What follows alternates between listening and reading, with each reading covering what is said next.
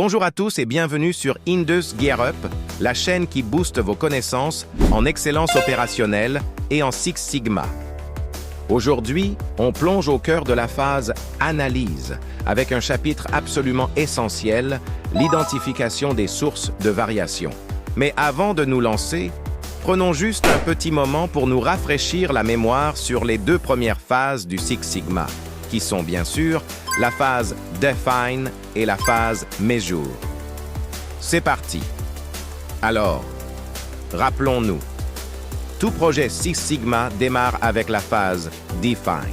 C'est là qu'on pose les fondations, qu'on définit clairement le problème que l'on veut résoudre, qu'on identifie le besoin du client et surtout qu'on choisit les indicateurs de performance qui nous guideront.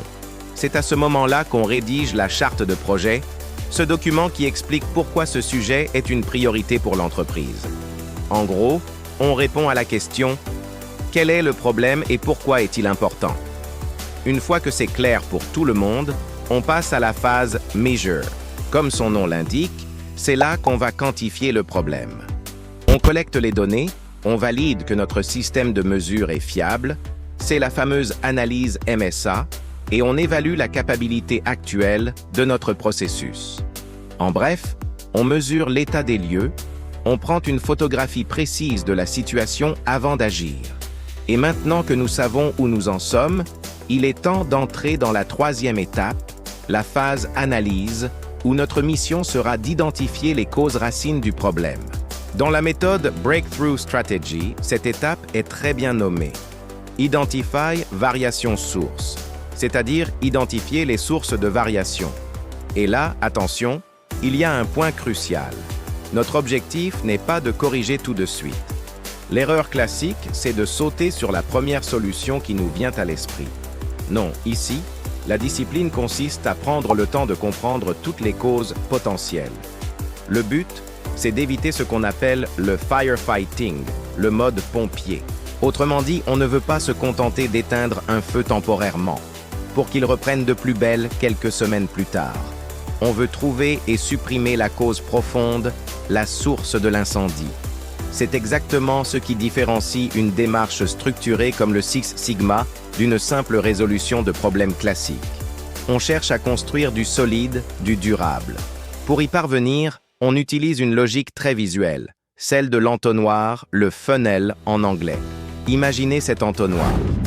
Au tout début de la phase analyse, notre travail consiste à remplir le haut de cet entonnoir avec toutes les causes possibles, tous les facteurs d'entrée, les fameux X qui pourraient influencer notre résultat, notre métrique. Y. On ouvre grand les vannes de la réflexion. C'est seulement après cette phase de collecte exhaustive qu'on commencera à filtrer, à trier, pour ne conserver que les X critiques, ceux qui ont un impact réel et significatif sur le problème. Cette approche systématique est notre meilleure garantie pour ne pas passer à côté de ce que j'aime appeler le caillou sous le caillou. Cette cause cachée, parfois contre-intuitive, mais qui fait toute la différence. Heureusement, pour remplir cet entonnoir, le Six Sigma ne nous laisse pas démunis. Il met à notre disposition une véritable boîte à outils, avec des instruments puissants pour explorer méthodiquement les causes potentielles. Le premier de ces outils, et sans doute le plus fondamental, c'est le process mapping, la cartographie du processus. On commence par décomposer le processus, étape par étape, de manière très détaillée. C'est l'outil le plus important pour visualiser concrètement où la variation peut apparaître. Chaque étape, chaque sous-processus est passé au crible. Pour chaque boîte de notre diagramme de flux, on se pose la question: quelles sont les entrées? Quelles sont les variables qui peuvent fluctuer? Où sont les points de contrôle critiques? Cette cartographie nous donne une vision claire du terrain de jeu et nous permet de cibler nos investigations. Une fois notre processus cartographié, on utilise un autre grand classique, le diagramme d'Ishikawa, aussi connu sous le nom de diagramme en arête de poisson ou diagramme des 5 M. C'est un outil formidable pour structurer une séance de brainstorming. On organise nos hypothèses de cause autour de 5 grandes familles: main-d'œuvre, méthode, matière, machine et milieu. L'idée ici, c'est de stimuler la créativité de l'équipe, de brainstormer sans jugement, pour lister un maximum de causes possibles dans chaque catégorie. La règle d'or à ce stade est simple. On collecte d'abord, on évalue après. On veut ratisser large pour être sûr de ne rien oublier. Maintenant, entrons dans un outil un peu plus avancé mais extrêmement puissant. Le FMEA, qui signifie Failure Mode and Effects Analysis, ou IMDEC en français. Le FMEA est une méthode structurée qui nous aide à identifier comment un processus peut échouer, à évaluer le risque associé à chaque cause d'échec et surtout à prioriser les actions à mener. Pour chaque cause potentielle que nous avons identifiée, nous allons la noter selon 3 critères bien précis. D'abord, la sévérité, severity. Quelle est la gravité de l'impact si cette défaillance se produit? Ensuite, l'occurrence. Quelle est la fréquence à laquelle cette cause apparaît? Et enfin, la détection. Quelle est notre capacité actuelle à détecter cette cause avant qu'elle ne produise son effet? Le produit de ces 3 notes nous donne le fameux RPN, le Risk Priority Number, ou indice de priorité du risque. Logiquement, les causes qui présentent les RPN les plus élevés deviendront nos priorités d'action. C'est un moyen très objectif de concentrer nos efforts là où ça compte le plus. Enfin, n'oublions pas un outil d'une simplicité redoutable, les 5 pourquoi.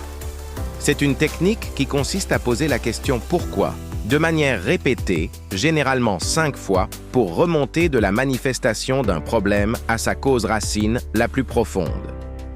Prenons un exemple concret. Problème. La consommation d'un produit de revêtement est trop élevée. Premier pourquoi. Pourquoi cette consommation est-elle trop élevée? Réponse. Parce que le pistolet de pulvérisation n'est pas optimisé. Deuxième pourquoi.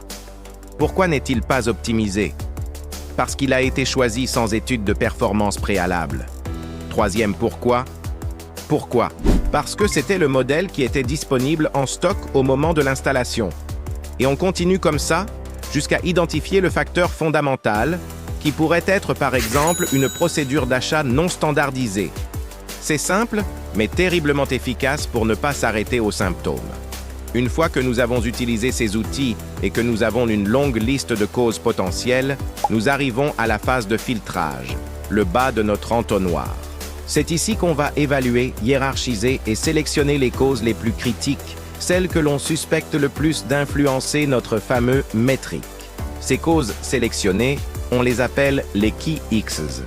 Ce sont elles qui deviendront les cibles de la phase suivante, la phase Improve, où nous chercherons à développer des solutions pour les maîtriser ou les éliminer.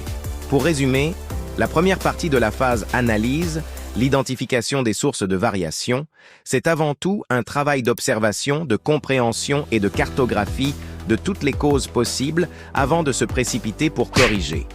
C'est une étape clé, indispensable, pour construire des solutions qui soient vraiment solides et durables, et non pas de simples pansements. Dans la prochaine vidéo, nous irons plus loin dans la phase analyse. Nous verrons comment analyser statistiquement les relations entre ces variables et comment valider nos hypothèses sur les causes critiques à l'aide d'outils comme Minitab. Si cette vidéo vous a été utile et a éclairci ce sujet pour vous, pensez à vous abonner à Indus Gear Up pour ne rien manquer de nos prochains contenus, à laisser un commentaire et à partager la vidéo. C'est le meilleur moyen d'aider d'autres professionnels de l'industrie à monter en compétences. Merci de votre attention et à très bientôt.